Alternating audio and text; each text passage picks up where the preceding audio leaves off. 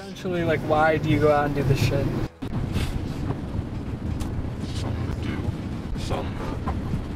some that I actually feel good about doing instead of everything else.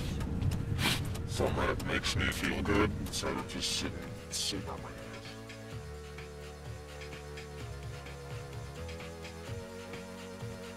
Well, it's something that I actually feel good about doing, knowing that photographer goes out and takes a photo and he's like using the background, like an interesting background of graffiti, and I see my piece in there, it's like, wow, somebody saw that, wanted to actually use it for something, but you can see it in a completely new way, and that's why I got into it. So you're an artist, but what got you into graffiti specifically? I just needed to paint something one day, and I was like, wow, I don't really have any paints at my house. Everything's at school.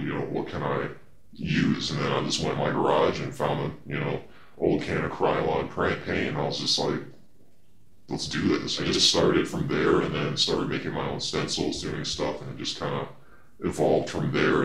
Who are some of the big names that write around Kent that you know of?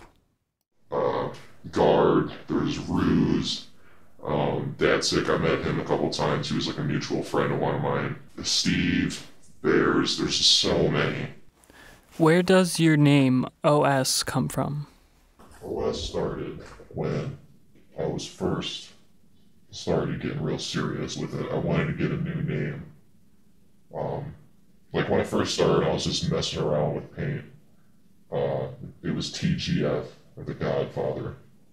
And I actually, a couple of my pieces were actually in a paper, the Daily Kent Stater once. So that's what really got me thinking, is I need to get serious and start just, getting serious with what I'm doing instead of just playing around with all this crap. So then I started looking for a new name, and I came up with just OS, which stands for Osiris.